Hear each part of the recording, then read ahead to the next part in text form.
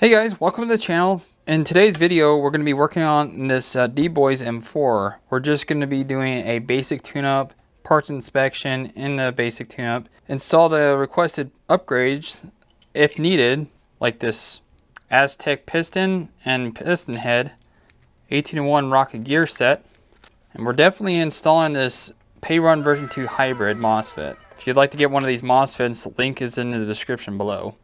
After everything's all said and done, I'm going to make some parts recommendations later in the video. After that, we'll do an after tune-up and then talk about what happened. Alright, let's get to it.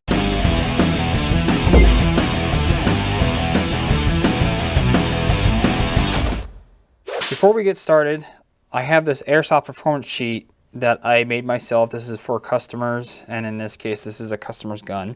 We're going to be doing a before and after tune-up in this video. So in the sheet we have a FPS minimum, maximum, and average, as well as max amp draw. I'm going to try and get that with the Tamiya connectors, that way we can compare here after the tune-up. And then we also compare the rounds per second, and in this case we're going to be using 11.1 LiPo, and then afterwards we'll test again to see if the rate of fire changed at all. Alright, let's get to chronoing.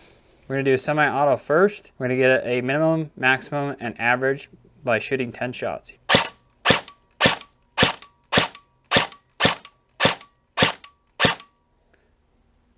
Not bad on the consistency. This is stock. We're going to check rate of fire and FPS consistency in full auto. Here we go. 10 round burst. A little bit more than 10 round burst, more like 23, but there you go. So moving on, I'm going to get the amperage test before the tune-up, and to do that I'm using this Tool Kit RC amp meter, and using a very similar battery to what we were just using in this M4. I connected it to mostly Dean's up until this portion right here, whereas Tamiya from the stock gun, to try to get as accurate comparison as possible. Because after this is all done, this is going to be a Dean's connector, and still use the same battery through this device, so we should get an accurate comparison at the end of this video. So that being said, we're gonna go ahead and get a max amp draw in semi-auto, and to do that I just do 5 shots in semi-auto spaced apart. So the max amperage pull is 22.4 amps. Now when you shoot full auto with airsoft guns with a brushed motor, amperage draw is always less. So what we're going to do is unplug the battery, replug it back in. Now we're reset. So now we're back at 0 max amps. So now I'm going to flip it to full auto and just do a burst. 22.0 amps. Okay, so I'm going to write those numbers down on our performance sheet. Now we're going to go ahead and move on to the basic tune-up and get this thing all apart.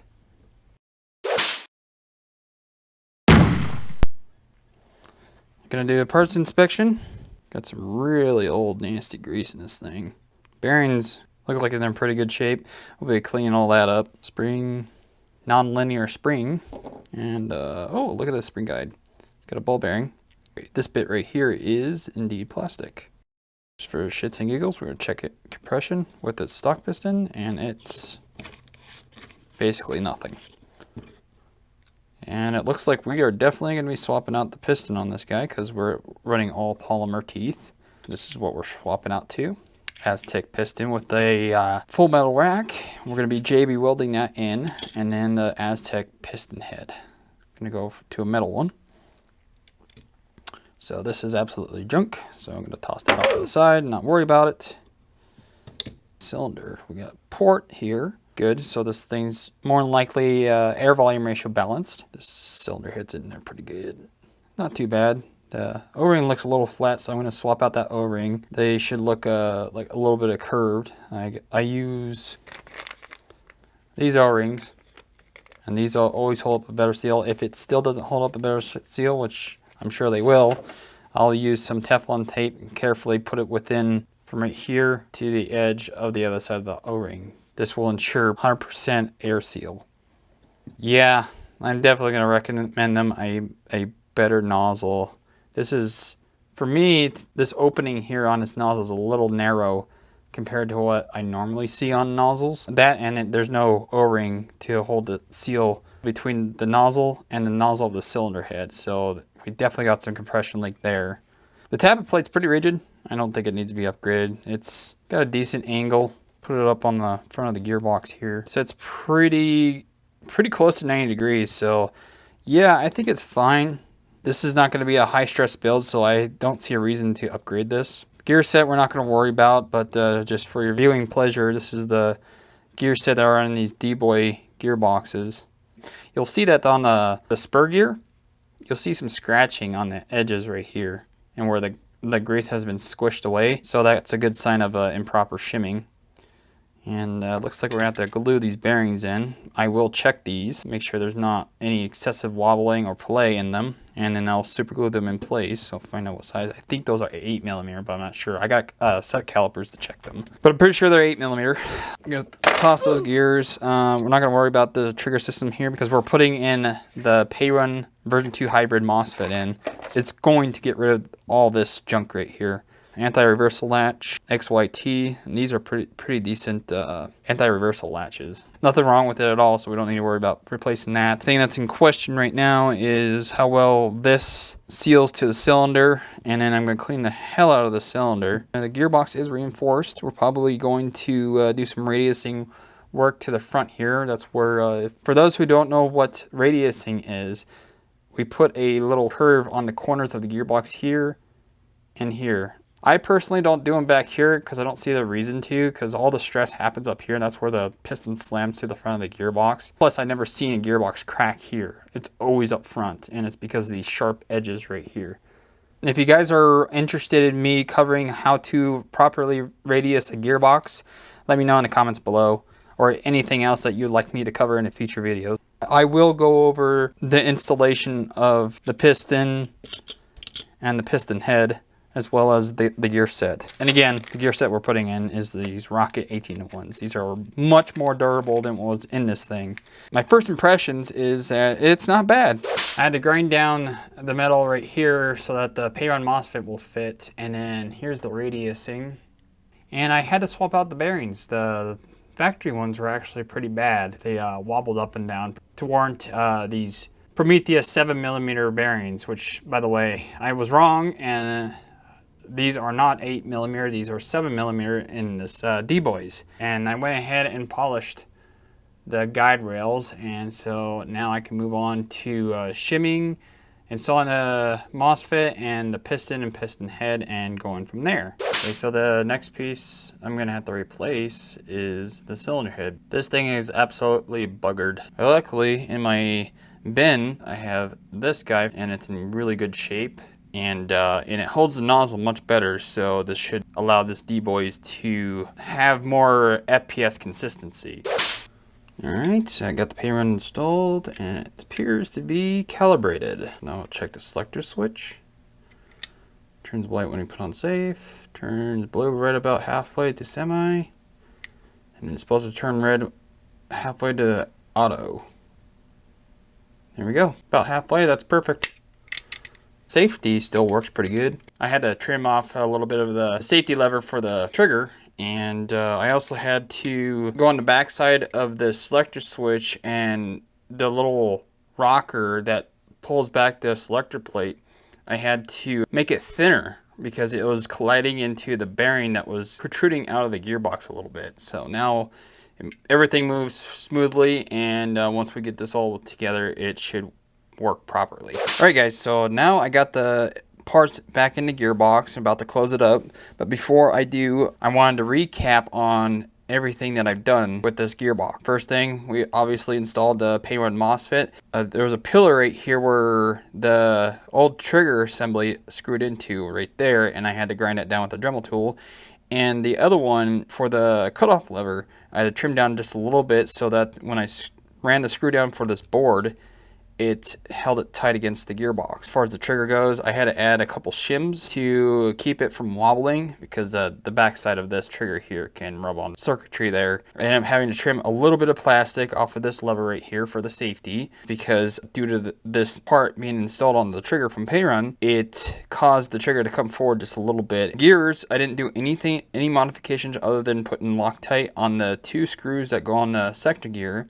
And then I took the original delayer chip and super glued it onto this rocket gear. And then I took the anti-reversal latch spring and did a little bend on the bottom portion so that this anti-reversal latch is a little bit tighter against the latches of the bevel gear. And we swapped out the cylinder head because the previous one, the OEM one, it was causing an air leak through that little area where it was wobbling. And this one does not, and this one came out of a double eagle and it seals much better. We put an Aztec piston in here, and JB welded the rack into the piston to make it more secure.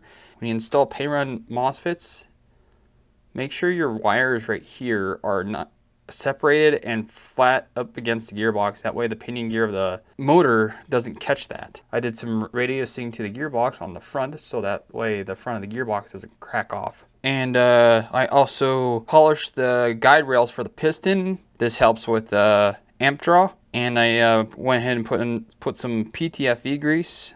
Stuff that I use is this. And then the gears themselves are greased with thick silicone grease. I use this stuff a lot. This does not get flung into the sensors of the MOSFET, so it keeps it from getting messed up in that way, and the grease stays on the gears. Right now we're going to get the max amperage test out of the way. Okay, so first, semi, I'm going to do 5 shots. 1, 2, 3, 4, 5. Okay, so the amperage did go up a little bit, which is no surprise to me, because for some reason with Payruns, they always add a little bit of more amperage pull. Even with the active braking turned off or on all the way, it doesn't matter. The amperage stays right about the same. So now we're going to go ahead and check full auto using the same battery as we did last time too. The amperage is a little lower than last time in full auto. That's good. That's what we want to see. I'm going to put this together and get it chronoed. All right, here we go. For semi-auto, we're going to do 10 shots like before. Here we go.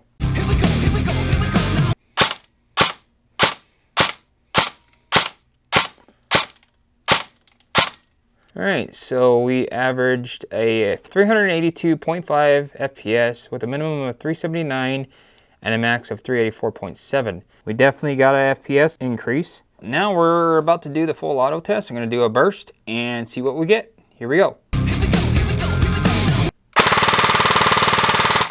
We averaged 375.9 FPS with a minimum of 368.3 FPS with a maximum of 380.